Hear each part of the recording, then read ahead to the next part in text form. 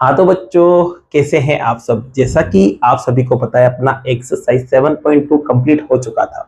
आज के इस वीडियो में लेने वाले हैं एक्सरसाइज 7.3 को। एक्सरसाइज 7.3 का बच्चों फर्स्ट क्वेश्चन और इसका कुछ इंट्रोडक्शन वो आप यहाँ देख सकते हैं।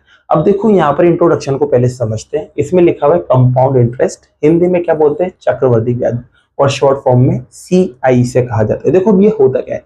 तो बच्चों, कंपाउंड इंटरेस्ट का मतलब सीधा सा है इंटरेस्ट के ऊपर इंटरेस्ट लगना। इंटरेस्ट के ऊपर इंटरेस्ट लगना क्या कहलाता है, कंपाउंड इंटरेस्ट कहलाता है। जैसे कि समझते हैं, आपने ना 1000 रुपए उधार लिए किसी से, ठीक है, एक साल की मोहलत पे लिए और कुछ ना कुछ इंटरेस्ट पे लिया, उससे ब्याज पे लिया।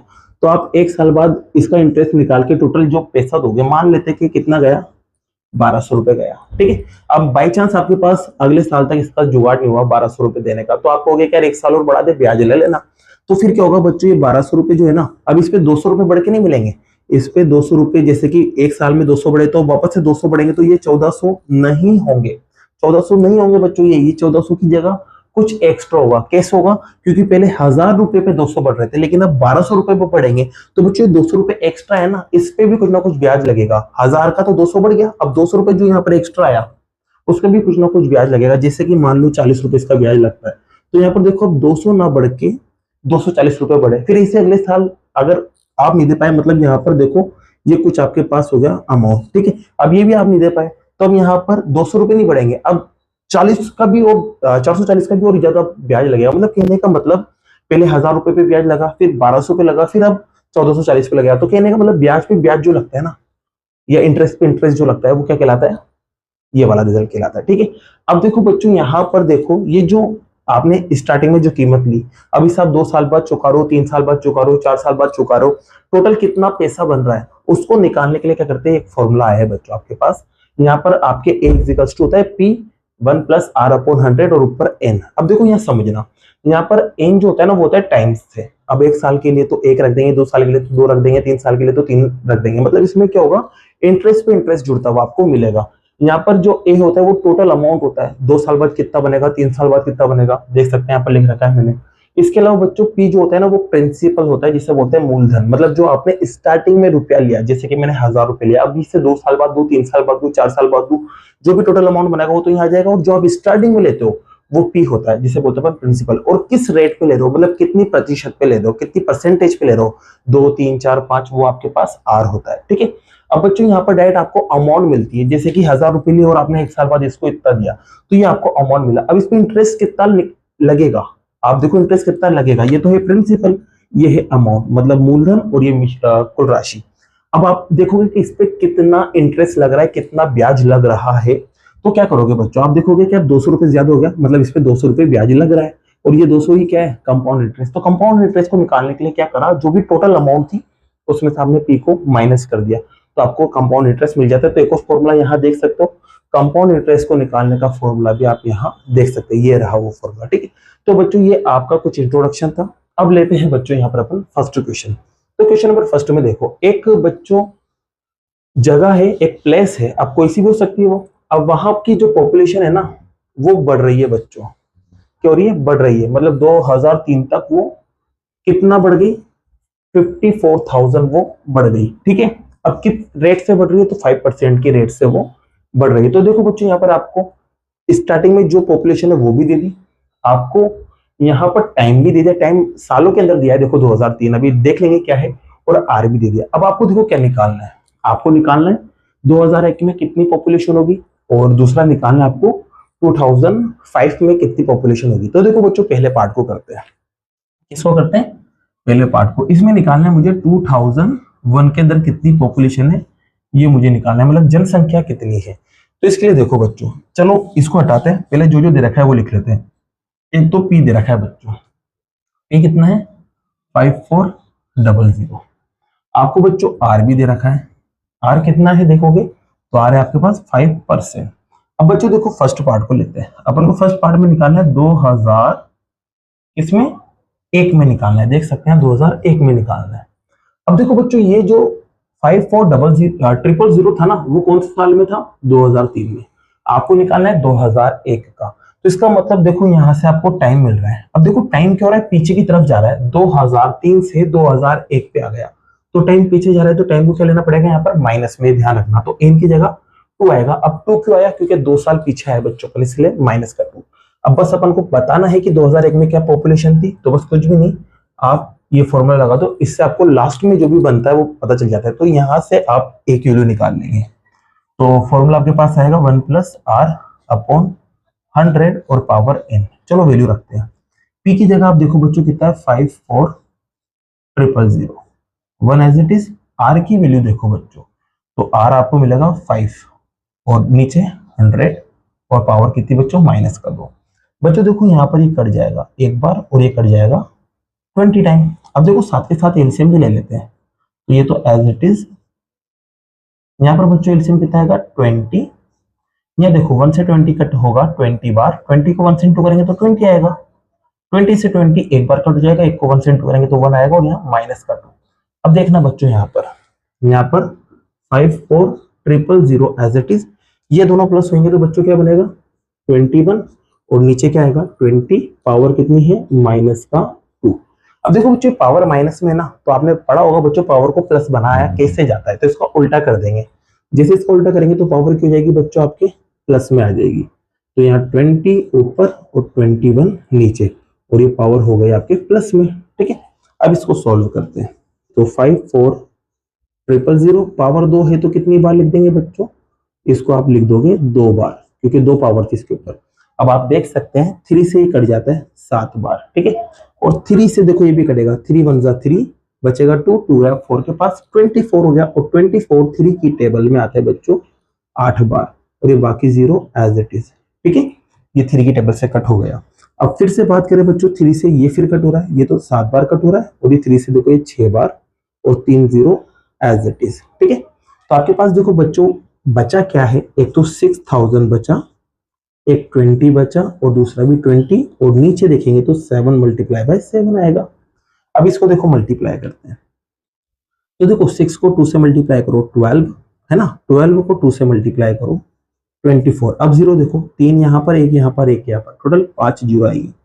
चलो बच्चों 5 0 आ गए। नीचे देखो 7 1 जा 7, 7 7 जा 49। बस इसको अब आपको कट करना है, आपका आंसर आ जाएगा। तो देखो बच्चों इसको कट करते हैं अपन, यहाँ पर 2 4 और ये 5 टाइम 0 जो है ना इसको कट कर रहे हैं। देखो 49 से कट करना पड़ेगा और कोई चांस है नहीं कट करने का, ऐसे ही कट करना पड़ेगा ऐसे। तो देखो बच्चों यहाँ पर 49 2 डिजिट है और यहाँ पर भी 2 डिजिट, ये तो छोटी है तो इसको 0 को शामिल करेंगे। अब 49 की टेबल पता नहीं है, चलो बनाते हैं। देखो बच्चों 49 की टेबल अगर आप 5 टाइम लेते हो तो देखते क्या आता है, 5 9 का 45 होता है, ऊपर गया 4, 5 4 जा 20 होता है और 4 प्लस करेंगे तो 24। तो देख सकते हैं बच्चों ज्यादा आ चुका है 240 से, तो अपन 4 बार लेके देखते हैं, कितनी बार 4 बार।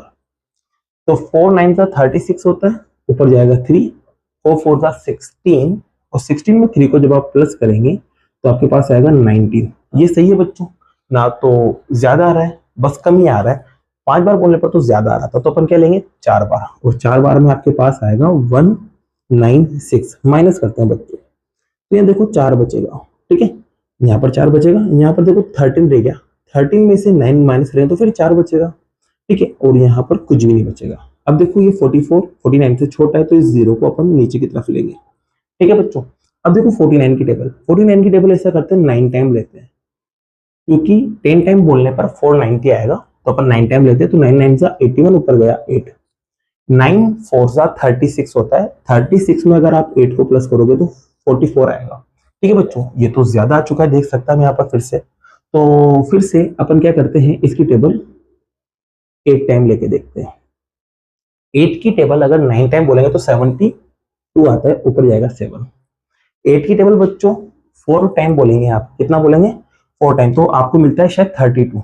32 में अगर 7 प्लस करेंगे तो 39 आएगा। क्या आएगा बच्चों 39, ये बिल्कुल करेक्ट है। ठीक है, क्योंकि आप देख सकते हैं बच्चों अगर यहाँ पर मैं ज्यादा बार बोलूंगा तो ये ज्यादा आ जाएगा। तो 8 बार बोलने पर आपको क्या मिल रहा है, 8 बार बोलने पर आपको मिल रहा है 392।